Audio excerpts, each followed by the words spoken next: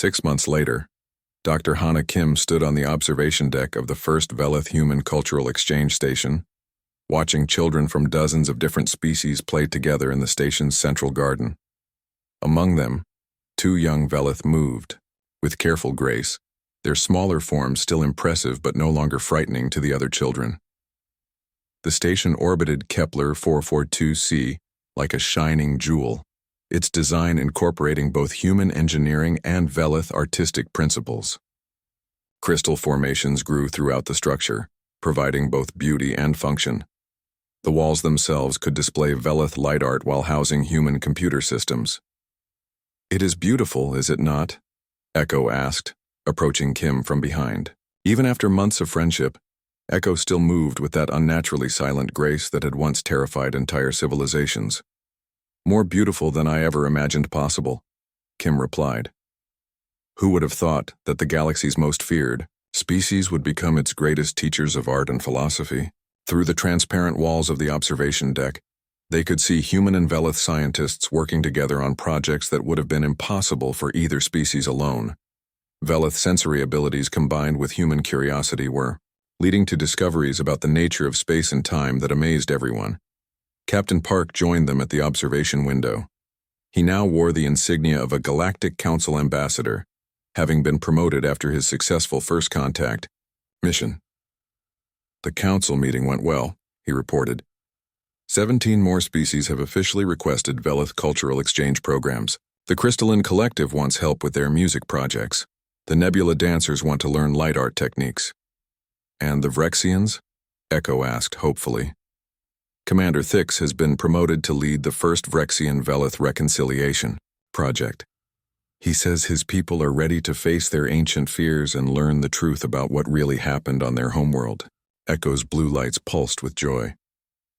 "Perhaps we can help them understand that our ancestors never meant any harm." Dr. Lee approached the group, carrying a data tablet filled with his latest research. "The psychological profiles are incredible," he said excitedly. "Velith and human brain patterns are remarkably compatible. Both species show high levels of curiosity, creativity, and adaptability." "Is that why we became friends so easily?" Kim asked. "Partly," Lee replied. "But I think the real reason is that both species value individuals over fear. Humans see a person first, then worry about species classification later. Velith see beauty and potential in everything they encounter." Engineer Choi's voice came over the communication system. "Dr. Kim, we are receiving a priority message from the exploration vessel Curiosity. They have encountered a new species and are requesting Velith assistance with first contact." Kim smiled. This was exactly what they had hoped would happen. The Velith were becoming the galaxy's experts on peaceful first contact, helping other species avoid the fear and misunderstanding that had isolated them for so long. "Tell them we will send Echo and a human diplomatic team immediately," Kim replied. "I would be honored to help," Echo said. "Perhaps this time first contact will go better." Admiral Sung entered the observation deck, her dress uniform decorated, with honors from a dozen different species. She had become the galaxy's leading advocate for Velith rights and integration. "The Galactic Council has made it official," she announced. "The Velith are now recognized as a founding culture of the galactic community. They will have permanent seats on all major councils and committees." Echo's form seemed to shimmer with motion. "Founding culture? But we are only 10,000 individuals. Numbers do not matter," Admiral Sung explained. "Contribution matters. In 6 months, Velith art and philosophy have enriched every species in the galaxy. Your people's insights into science and beauty have advanced our understanding of the universe by centuries." Kim looked around the observation deck at the diverse group that had become her extended family. Commander Thix was teaching young Velith about Vrexian history, while Science Officer Kren shared crystal song techniques with human musicians. Navigator Weiss had become an expert in Velith philosophy, translating ancient wisdom for gas form species throughout the galaxy. "What happens now?" Kim asked. "Now we explore," Echo replied, gesturing toward the vast star field visible through the station's windows. "My people have mapped regions of space that no other species have ever visited. We know of worlds with forms of life beyond imagination. We can guide humanity and all our new friends to wonders they have never dreamed of. Together, Captain Park added, we explore together. As if summoned by their conversation, more Veleth began gathering in the observation deck. Echo's family group had grown as other Veleth emerged from their long isolation to join the growing community. Each Veleth brought knowledge of different star systems, different forms of life, different philosophical insights developed during their lonely wanderings. The observation deck filled with gentle light as the Veleth began one of their traditional sharing ceremonies. Humans and aliens from throughout the station gathered to participate, as they did every evening. The light carried emotions and experiences, allowing everyone to share in the joy of discovery and the warmth of friendship. Kim felt the familiar sensation of Veleth sharing wash over her. She experienced Echo's memories of their first meeting, but now she also felt the emotions of all the other species present. She felt Commander Thix's journey from terror to understanding. She felt Admiral Sung's transformation from military officer to peacemaker. She felt the joy of children from a dozen different species who would grow up in a galaxy where friendship was stronger than fear. But most of all, she felt the deep contentment of the Veleth themselves. After millennia of loneliness and misunderstanding, they had finally found their place in the galaxy. They were no longer the feared Shadow Reapers, but valued friends and teachers. As the sharing ceremony ended, Echo approached Kim one final time. "Thank you," it said simply. "Thank you for seeing us as we truly are. Thank you for teaching us that the most beautiful friendships often come from the most unlikely places," Kim replied. Together, human and Veleth, predator and prey, monster, and friend, they turned toward the windows to watch the stars. Somewhere out there, other species waited to be discovered. Other misunderstandings waited to be resolved. Other friendships waited to be born. The galaxy had learned an important lesson on Kepler 442c. Fear could divide civilizations for thousands of years, but friendship could heal those divisions in just a few days. Sometimes the most dangerous thing about a predator was not its claws or its size, but the assumptions others made about its intentions. And sometimes, the greatest strength a species could have was not superior weapons or advanced technology, but the simple courage to extend a hand in friendship to someone whom others feared. The universe was vast and full of wonders, but the greatest wonder of all was the discovery that no one had to face that vastness alone. In the distance, a new star was being born, its light just beginning to reach the station. Kim and Echo watched it together, planning their next exploration, ready to face whatever wonders or challenges awaited them in the endless dance of stars. The age of fear had ended.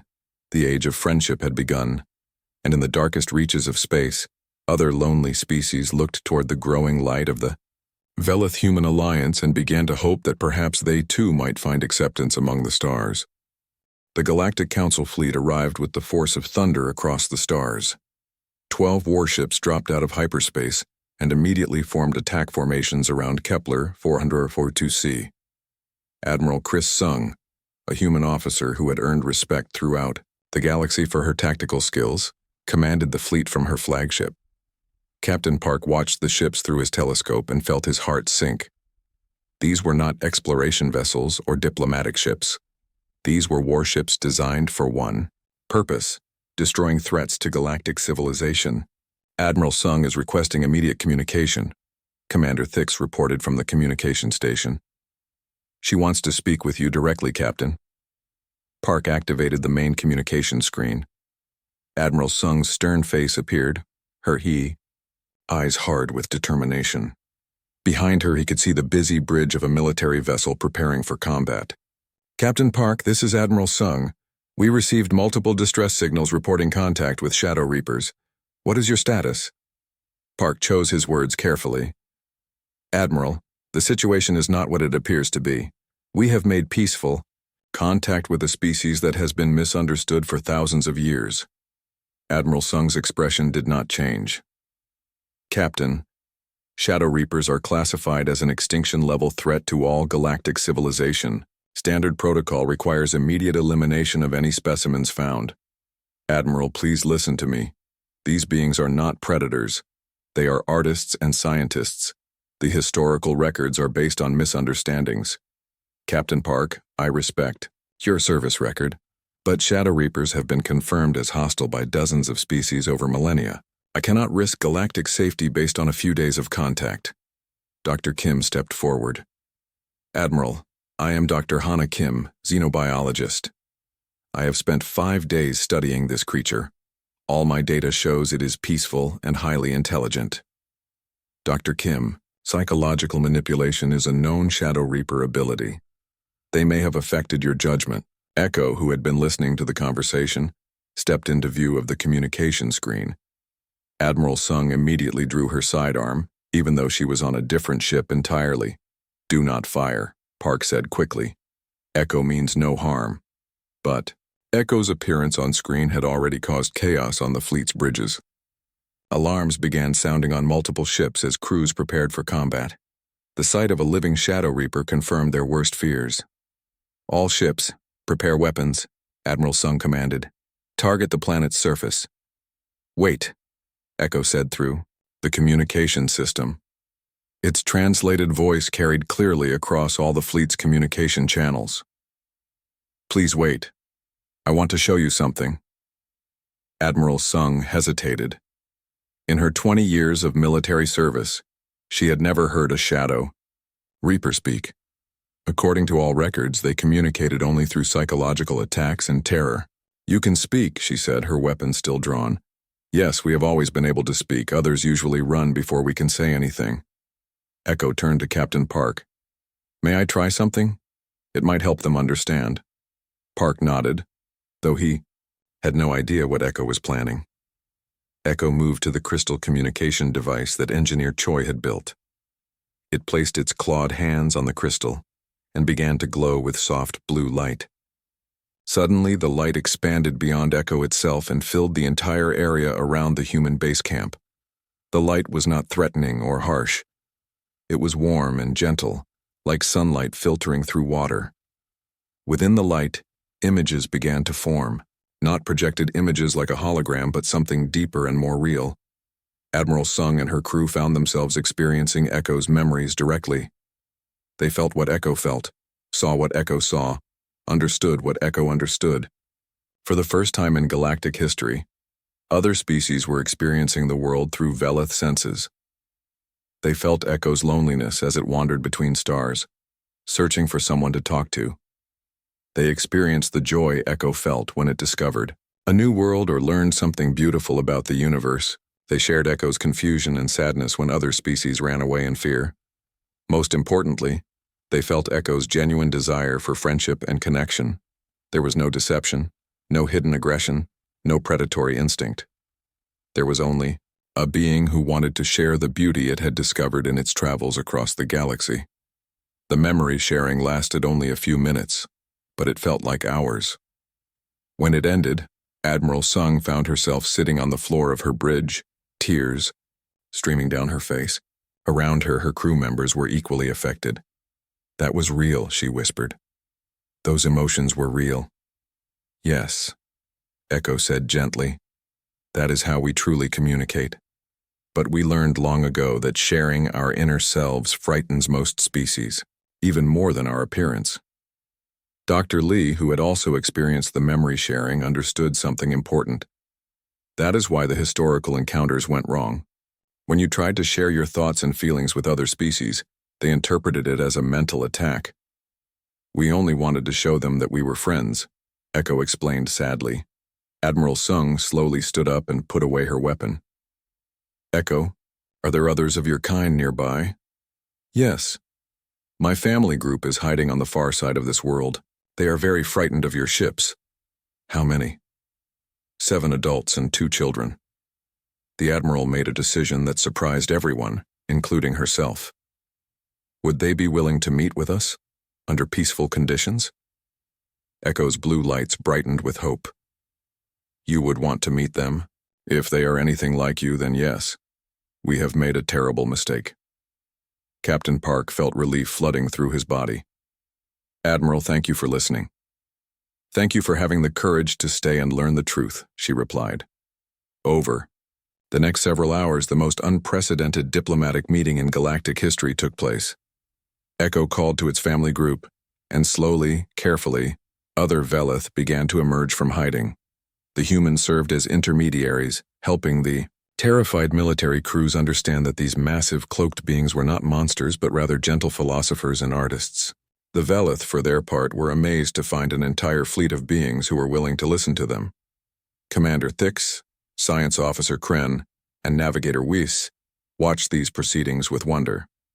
Their ancient fears were crumbling as they saw Veleth children playing gentle games of light and shadow, and Veleth adults sharing their artistic creations with fascinated military officers.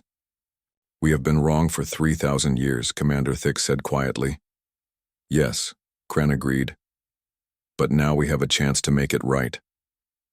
As the first day of official contact came to an end, Admiral Sung made an announcement that would change galactic civilization forever.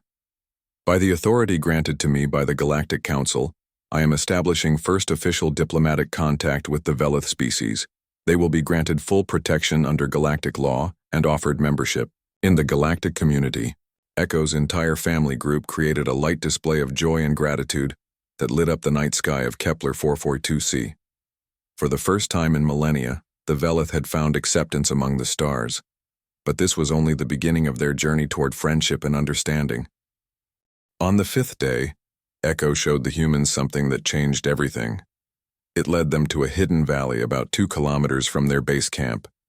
Dr. Kim, Captain Park, Dr. Lee, and Engineer Choi followed carefully, while the alien crew members watched from the safety of their shuttle. The valley was filled with the most beautiful structures anyone had ever seen. Crystal formations grew in perfect mathematical spirals, but they were not natural. They had been carefully shaped and arranged to create music when the wind passed through them. "This is a Veleth garden," Echo explained as gentle melodies filled the air around them. "My people have been working on it for 50 of your years." Dr. Kim stared in amazement at the crystal sculptures. Each one was both a work of art and a scientific instrument. Some measured wind patterns, others tracked the movement of the planet's 3 moons, and still others studied the growth patterns of local plants. "It is beautiful and functional at the same time," she said with wonder. "That is the Veleth way," Echo replied proudly. "We believe knowledge and beauty are the same thing. Science should be art, and art should teach truth." Engineer Choi examined the crystal structures more closely. She discovered that they were not just decorations. They formed a complex network that could process information, store data, and even communicate across vast distances. "This is more advanced than anything we have," she whispered to Captain Park. "These crystals can do things our best computers cannot do." Dr. Lee was fascinated by what this revealed about Veleth psychology. "Your people think very differently from most species we know. You see connections between things that others keep separate." "Yes," Echo agreed. "Most species divide everything into categories. Science here, art there, philosophy somewhere else. We see it all as one big pattern." As they explored the garden, Echo began to share more about Veleth culture. The humans learned that Veleth did not have traditional cities or governments. Instead, they traveled in small family groups, creating temporary settlements wherever they found something interesting to study. "We are nomads," Echo explained. "We follow curiosity wherever it leads us. Sometimes that is to a beautiful star system.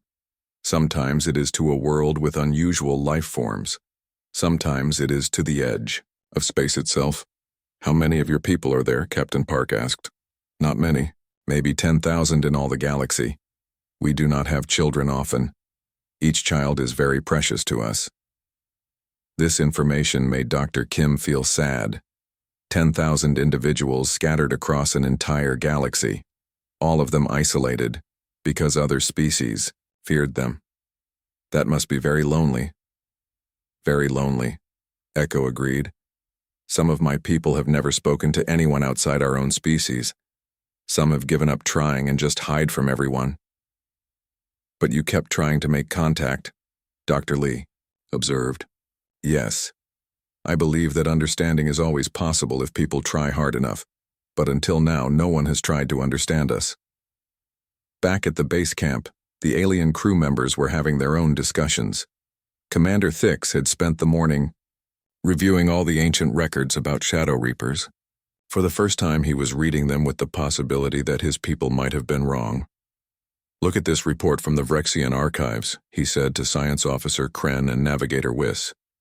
"It says the Shadow Reapers appeared during our Harmony Festival. They moved among the crowds but did not attack immediately."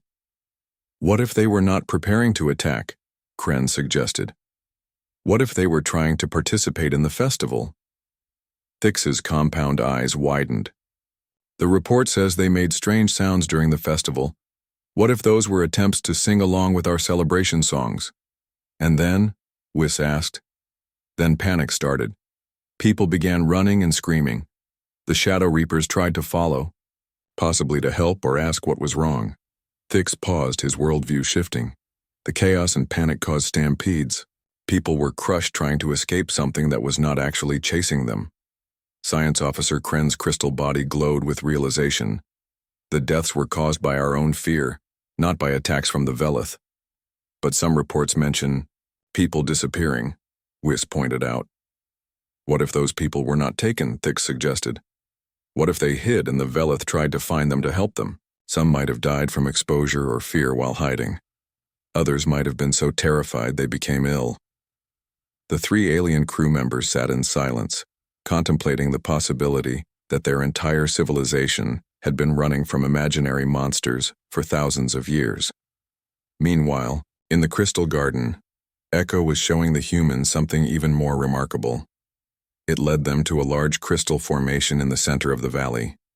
When Echo touched it, the crystal began to glow and project images into the air. The images showed memories from Echo's life. The humans saw other worlds where Velith had tried to make contact with different species. They watched Echo's people approach other beings with gifts and peaceful intentions, only to have those beings flee in terror. "This is from the planet Karis 7, Echo explained as they watched images of bird-like creatures flying away in panic. "We brought them pretty stones we had found. We wanted to trade stories about our travels, but they flew away before we could even speak." Another memory showed Echo trying to help a wounded alien creature that had been caught in a natural disaster.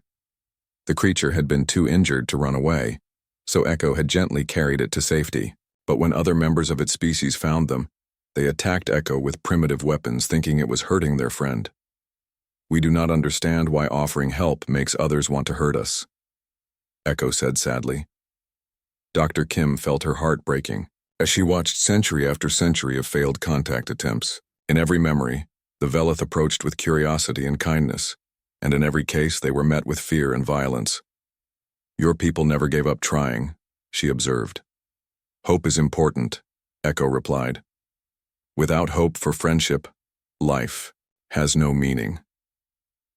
Dr. Lee made an important discovery while studying the memory projections. "Echo, your people's attempts at contact follow patterns. You always approach slowly, you always try to bring gifts, and you always retreat when others show fear. Yes, we do not want to cause distress. But most species interpret slow approaches as stalking behavior. Gifts from unknown creatures seem like threats, and retreating makes you look like you are planning something." Echo's blue lights dimmed with understanding. "So our politeness looks like hunting behavior?" "Exactly," Captain Park confirmed. "And your advanced abilities make you seem like dangerous predators instead of peaceful artists." "We never thought about how we appear to others," Echo admitted. "We see ourselves as small and harmless. But I suppose we are large and strange to most species." Engineer Choi had been studying the crystal technology while the others talked. "Echo, this communication system could change everything. If we could help your people talk to other species safely, from a distance, maybe we could prevent misunderstandings." "You would help us do this?" Echo asked, its lights brightening with hope. "Of course," Captain Park said. "That is what friends do. They help each other solve problems." As the day continued, the humans and Echo worked together to design new communication protocols. They developed ways for Velith to contact other species without appearing suddenly or seeming threatening. They created translation programs that could handle the musical nature of Velith language. Most importantly, they planned how to introduce Velith slowly to other species, with humans serving as intermediaries. Humans could explain about us before we meet others, Echo suggested. You could help them understand that we are not dangerous. We will do more than that, Dr. Kim promised. We will help you find your place in the galactic community. But as the sun began to set, their planning was interrupted by an urgent message from the shuttle. Commander Thix's voice crackled over the communication system with news that would test everything they had built. Captain Park, we are receiving multiple signals from Galactic Council ships. A full military fleet is approaching this system. They received our distress signals and reports about Shadow Reapers. Captain Park felt his stomach drop. How long until they arrive? 6 hours, maybe less. Echo's form seemed to flicker with distress. Military ships? They come to destroy me?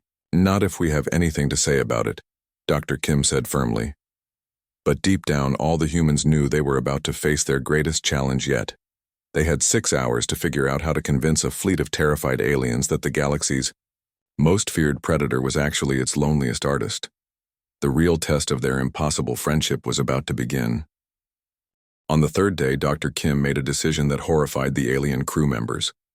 She walked up to the creature and sat down directly in front of it, less than 2 meters away. The creature, who had begun calling itself something that translated as Echo, seemed pleased by her closeness. Dr. Kim, step away from that thing immediately, Commander Thix shouted from the shuttle's doorway. His 6 arms were shaking with terror as he watched the human scientist place herself within easy striking distance of the galaxy's most feared predator. But Dr. Kim ignored the warning. She had been studying Echo's behavior for 3 days, and everything she observed contradicted the ancient stories. Echo moved slowly and carefully around the humans. When Dr. Lee had accidentally dropped his equipment the day before, Echo had gently picked it up and handed it back, being careful not to scratch the delicate instruments with its claws. Echo, can you tell me about your people? Kim asked through the communication device. Echo's blue sensory organs pulsed with what the humans had learned was excitement. My people are called Velith. We travel between stars. We study and learn and make beautiful things. What kind of beautiful things? Echo stood up slowly, careful not to startle Kim. Then it did something amazing. Its claws began to glow with soft light, and it started to draw patterns in the air. The light patterns lingered for several seconds, creating floating artwork that danced around them both. The artwork showed star systems and planets, but not like any scientific diagram. It showed them as living things, connected by streams of energy and emotion. It was both accurate science and beautiful art at the same time. We make light songs, Echo explained. We make harmony between knowledge and beauty. Dr. Lee, watching from a safe distance, was taking detailed notes. As a xenopsychologist, he was fascinated by Echo's mental patterns. The creature shows no signs of aggression or predatory behavior, he recorded. Instead, it displays characteristics associated with artists and philosophers. Engineer Choi was working on improving their communication system. She had discovered that Echo could interface directly with their computers using some kind of bioelectric ability. This made translation much faster and more accurate. Echo, why do other species fear your people? Captain Park asked. Echo's light patterns dimmed, and its posture changed to something that looked sad. We do not understand. We try to share beauty. We try to learn about others. But when we appear, they make loud noises and run away. Sometimes, they attack us. How do you appear? Kim asked gently. We can bend light around ourselves. It helps us hide from dangerous animals on our birth world. But when we unbend the light to show ourselves to others, they become very afraid. Dr. Lee suddenly understood something important.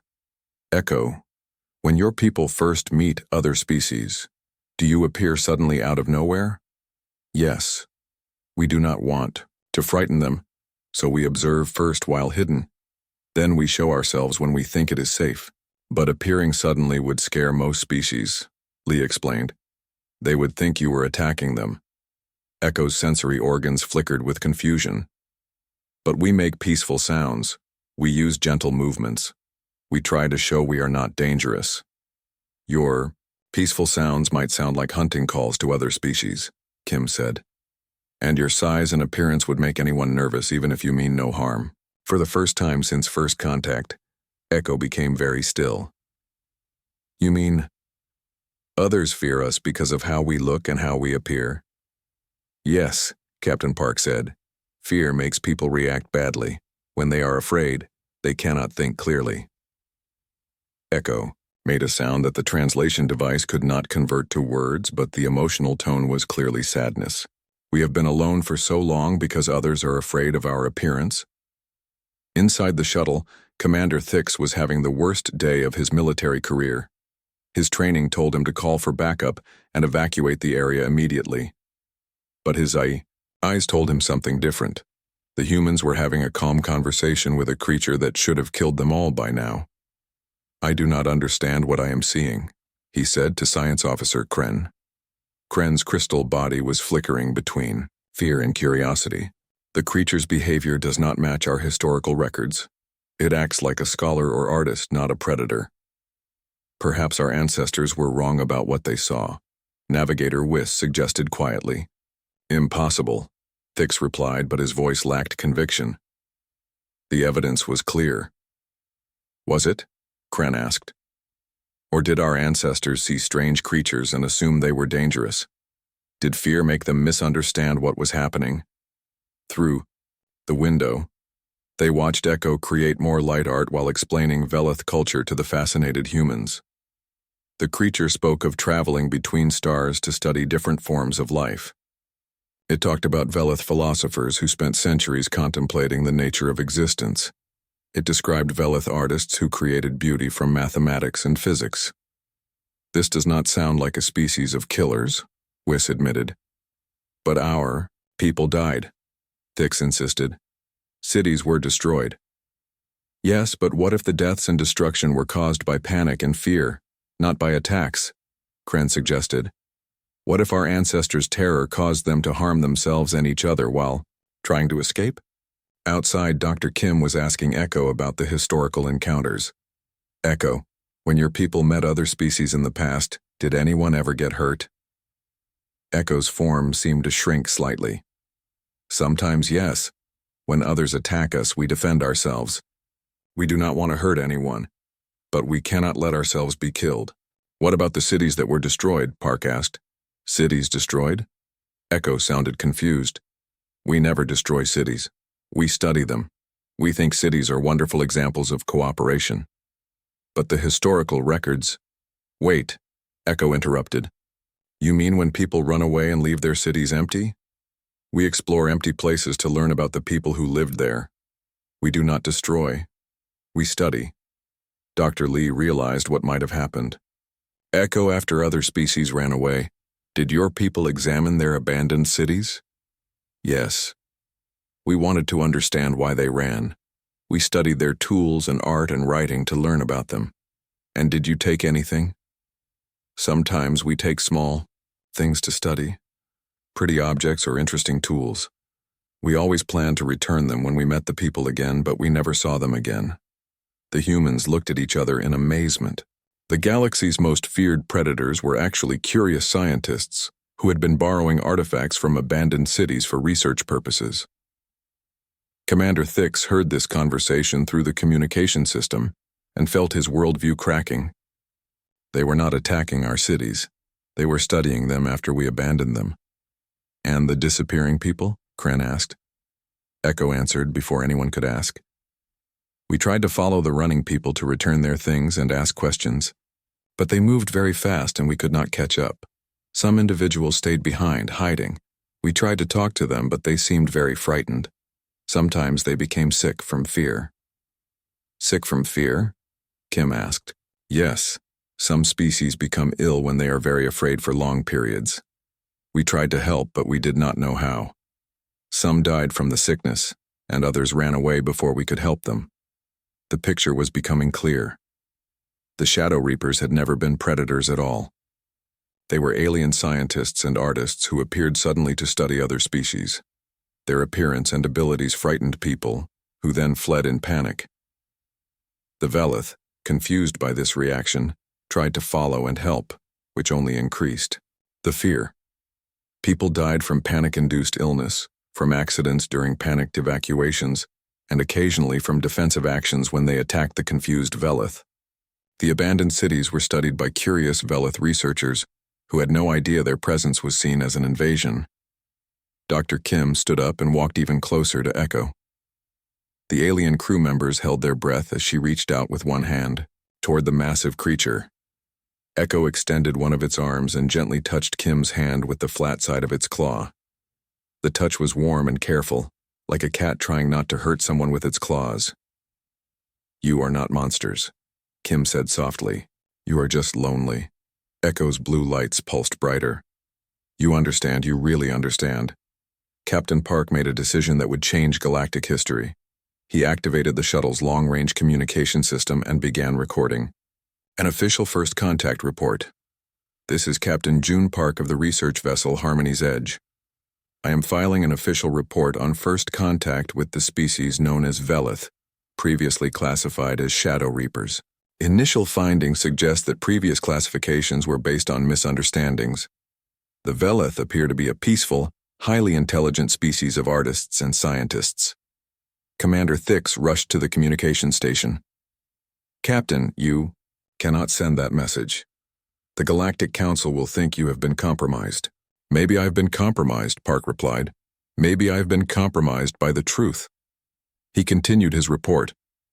"Recommend immediate diplomatic contact protocols and reclassification of Velith from hostile to friendly species. Recommend review of all historical encounters for possible misunderstandings. You are risking your career," Thix warned. "I am saving lives," Park answered. "How many more misunderstandings will happen if we do not correct this mistake?" Outside, Echo was teaching. Commander Thix could not sleep that night. He sat in the shuttle's communication center, staring at the ancient files that had been passed down through Vrexian generations for over 3,000 years. The images showed destruction on a scale that still made his compound eyes water with remembered terror. His homeworld, Vrexia Prime, had once been the center of a great empire. Beautiful crystal cities reached toward the sky, and his people had lived in peace for centuries. Then the Shadow Reapers came. The old records spoke of creatures that appeared without warning in the middle of populated areas. They moved through, the shadows like living nightmares, their blue lights cutting through darkness. Entire city blocks went silent in minutes. Families disappeared. Warriors armed with the best weapons of their time found nothing to fight except empty air and distant sounds. Within 1 year, the great Vrexian Empire fell. The survivors fled to space, warning other species about the terror that moved in darkness. They called them Shadow Reapers because they harvested life like farmers harvesting grain. Thix touched his communication device with one shaking arm. He should contact the Galactic Council immediately. He should warn them that humanity had made contact with their ancient enemy. But something stopped him. The humans seemed so confident, so unafraid. Maybe they knew something his people did not. In another part of the shuttle, Science Officer Kren was experiencing his own nightmares. The lithoids kept their memories in crystal formations that could store information for thousands of years. Kren carried the memories of his ancestors who had witnessed the fall of the Crystal Gardens. The lithoids had been peaceful researchers, much like the current expedition. They studied crystal formations across the galaxy and shared their knowledge freely with other species. Their homeworld was covered in beautiful singing crystals that created music when the wind passed through them. The Shadow Reapers came during the Festival of Harmonics, when all the crystals sang together in perfect unity. The ancient memories showed creatures emerging from thin air in the middle of the celebration. They moved without sound through crowds of celebrating lithoids. But the strange thing, according to the old memories, was that the creatures did not seem to attack directly. They appeared, moved among the crowds, and then disappeared. It was only later that the lithoids began dying. Some said it was poison. Others believed it was some kind of mental attack that drove people to madness. The survivors packed their most precious memory crystals and fled. They never returned to their homeworld, but they kept the warnings alive in crystal song. Every young lithoid learned the ancient fear songs about the dark ones who bring silence. Kren's crystal body dimmed as he remembered those songs. His people had been running from these creatures for millennia. How could the humans think they could simply talk to one? Navigator Whis had the worst memories of all. The Nebulons were one of the oldest species in the galaxy, and their race memory went back further than most. They remembered not just their own encounters with Shadow Reapers, but the stories of dozens of other species. The Helix Confederation had been a union of 12 different worlds. They had strong armies and advanced technology. The Shadow Reapers destroyed them in less than 6 months. The Silicon Builders had created massive mechanical cities that could defend themselves. The creatures walked through their defenses like they were made of paper. Every species had the same story. The Shadow Reapers appeared without warning, moved like ghosts, and left only fear and death behind them. Some species went extinct. Others, like the Vrexians and Lithoids, survived only by running far enough and fast enough to escape. Whis compressed her gaseous form tighter as she remembered the fear songs of 20 different species. All of them warned the same thing. When you see the blue lights in the darkness, run. Do not try to fight. Do not try to communicate. Just run and hope you are fast enough. But the humans were not running. They were sitting outside the shuttle, trying to talk to the creature. Whis could see them through the observation window. Dr. Kim was recording everything with her instruments. Captain Park was making more sound attempts, trying to copy the creature's musical vocalizations. Dr. Lee was taking notes about the creature's behavior patterns. The creature itself sat motionless except for its gentle sounds and occasional gestures. Sometimes its form seemed to fade slightly, becoming translucent, then solidifying again. Its 6 arms moved in patterns that almost looked like dance movements. "They are going to get us all killed," Whis whispered to herself, her form shifting between worried colors. Inside the shuttle, the 3 alien crew members gathered in the main cabin to discuss their options. They spoke in low voices, afraid that somehow the creature outside might hear them. "We must contact the Galactic Council," Commander Thick said firmly. "They need to know that Shadow Reapers have been found again." "But what if the humans are right?" Science Officer Kren asked, his crystal body flickering with uncertainty. "What if we have been wrong about these creatures for thousands of years?" "Impossible," Thix replied. "The evidence is clear. Our homeworlds were destroyed. Our people died." "But did we ever actually try to communicate with them?" Kren continued. "The ancient records show they appeared and then people died. But what if the deaths were caused by something else?" Navigator Whis expanded her form slightly, showing disagreement. "Every species has the same stories, the same warnings. We cannot all be wrong." "Every species also ran away immediately," Kren pointed out. "No one ever stayed to study them or try to understand them." Through the window, they watched Dr. Lee approach the creature with a small device in his hands. The creature turned its attention to the device and made questioning sounds.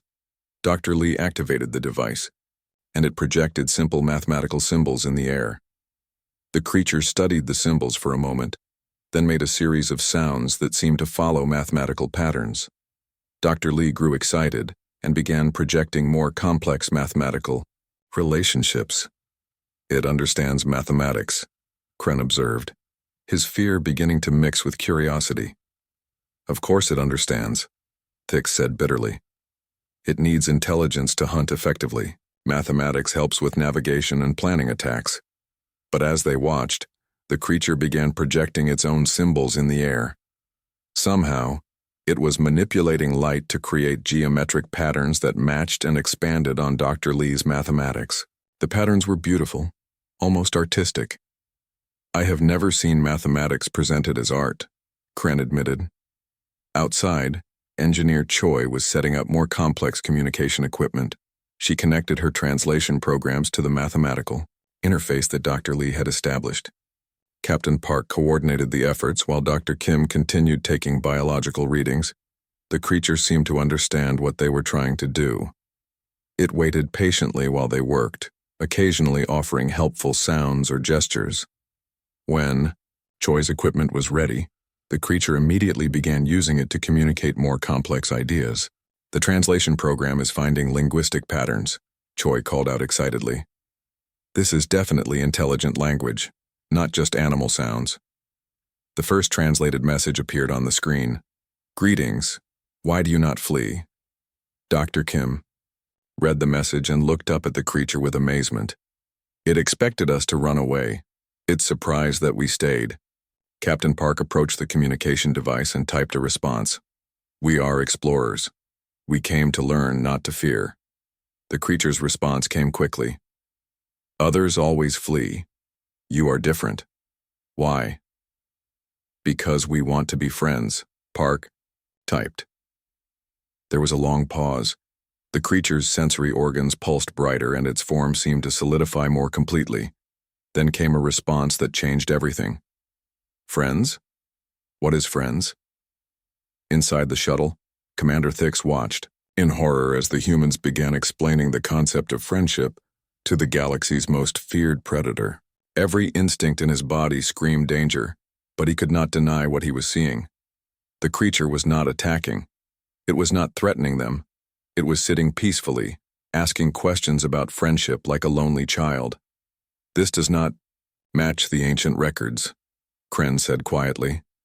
No, Whis agreed, her form shifting to thoughtful blue. It does not match them at all. Outside, the conversation continued. The creature asked many questions about human behavior, about the concept of cooperation between different species, about why humans traveled to other worlds. Each answer seemed to fascinate it more. As the second night fell over Kepler 442c, the humans established a basic sleep schedule. But they left their communication equipment running and the creature continued sending messages throughout the night. I am alone, one message read. My people are alone. We have been alone for a very long time. Dr. Kim, who was taking the night, watch typed back, why are you alone? Others fear us. We try to meet them, but they run or fight. We do not understand why. Kim's heart began to break as she realized what might have happened. Have you ever hurt anyone? We try not to hurt, but others hurt us when we try to meet them. Sometimes we defend ourselves, sometimes others get hurt by mistake. Do you want to hurt us? No. We want to understand you. You are first ones who do not run. You are first ones who try to talk. Kim called Captain Park to read the messages. Both humans stared at the communication screen The morning sun cast long shadows across the surface of Kepler 442c as Dr. Hana Kim stepped out of the research shuttle. She pulled her scanner close to her chest and looked around at the alien world. Purple grass swayed in the gentle breeze, and strange blue flowers dotted the landscape like scattered jewels. In the distance, 3 moons hung in the pale green sky. Beautiful, she whispered to herself, then spoke into her communication device. Landing successful. The atmosphere is perfect for extended research. Behind her, Captain June Park emerged from the shuttle, his hand resting on his weapon but his posture relaxed. He had been exploring unknown worlds for 15 years, and this one felt peaceful. The air smelled like rain, and something sweet he could not identify. Team, gather around, Park called out. We have 6 hours of daylight to establish our base camp. Dr. Minho Lee jumped down from the shuttle, carrying a large case filled with psychological testing equipment. As a xenopsychologist, he was always excited to study new forms of intelligence.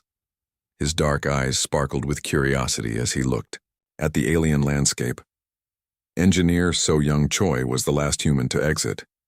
She dragged heavy scanning equipment behind her, muttering about the weight. Next time they can send robots to do the heavy lifting, she complained, but her voice held no real anger. The alien crew members emerged more carefully. Commander Thix, a tall insectoid Vrexian, moved his compound eyes in all directions. His 6 arms carried various weapons and defensive tools. The Vrexians had survived by being careful, and Thix was more careful than most. Science Officer Kren, a crystalline lithoid, floated down from the shuttle. His translucent body caught the sunlight and threw rainbow colors across the purple grass. The crystal formations on his head pulsed with a soft blue light, indicating calm but watchful attention. Navigator Weiss, a gas-form nebulon, drifted out of the shuttle like a small cloud. Her form shifted constantly between different colors and densities. She was nervous about this new world, as most nebulons were when visiting solid planets. The scans from orbit looked promising, Dr. Kim said, adjusting her equipment. This planet should support multiple forms of life. We might find several intelligent species here. Commander Thix clicked his mandibles together, a sign of unease among his people. We should establish defensive positions first. Unknown worlds can be dangerous. Captain Park nodded. Agreed. But remember, we are here for peaceful research. We are not conquerors or warriors. The team spent the next 2 hours setting up their base camp. Dr. Kim focused on biological scanners, trying to catalog the local plant and animal life. Dr. Lee prepared psychological evaluation equipment, hoping to test the intelligence of any creatures they encountered. Engineer Choi assembled communication devices and power sources. The alien crew members worked on defensive systems. Commander Thix set up motion detectors and alarm systems around the camp. Science Officer Kren used his natural crystal resonance to scan for underground movements or hidden dangers. Navigator Wise expanded her consciousness to monitor air currents and atmospheric changes. Everything proceeded normally until late afternoon.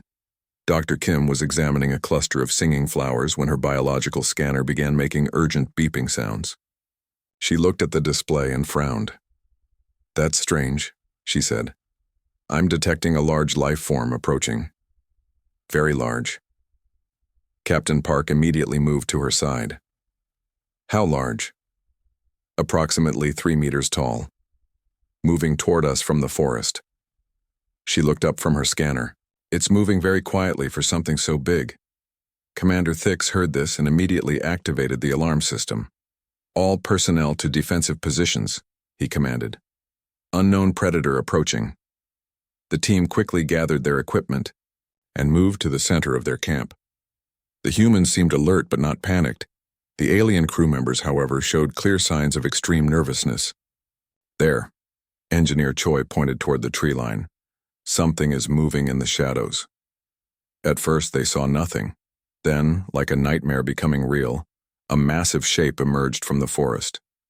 The creature stood nearly 3 meters tall on 6 powerful legs. Its body was covered in smooth, obsidian black armor that seemed to absorb light. Multiple sensory organs glowed with an eerie blue light along its elongated head. Its 6 arms ended in razor-sharp claws that caught the sunlight like metal blades. But the most terrifying thing about the creature was how it moved. Despite its massive size, it made no sound at all. It seemed to flow across the ground like liquid shadow. Sometimes it appeared completely solid, and sometimes it seemed to fade in and out of visibility. Commander Thix's compound eyes dilated to maximum width. His 6 arms began shaking uncontrollably. "No," he whispered. "It cannot be." Science Officer Kren's crystalline body began resonating at high frequencies, creating a sound like breaking glass. The light patterns across his form shifted to deep red, the lithoid color of absolute terror. Navigator Weiss compressed herself into the tightest ball of gas she could manage, her form shifting rapidly between colors as panic overtook her consciousness. "What is wrong with you?" Captain Park asked, noticing his alien crew members' extreme reactions. "Shadow Reaper," Commander Thix managed to say through his terror. "The ancient enemy. The destroyer of civilizations." Dr. Lee looked confused. "What are you talking about?" Science Officer Kren's voice cracked with harmonics of fear. "The Dark Ones. The Silent Hunters. They destroyed the lithoid homeworld 5,000 years ago." Navigator Weiss could barely speak. "Our people tell stories, warning stories, about creatures that hunt in silence and bring death to entire worlds." The humans looked at each other, in surprise. Dr. Kim raised her scanner again, taking detailed readings of the approaching creature. "According to my instruments, it's showing high intelligence markers.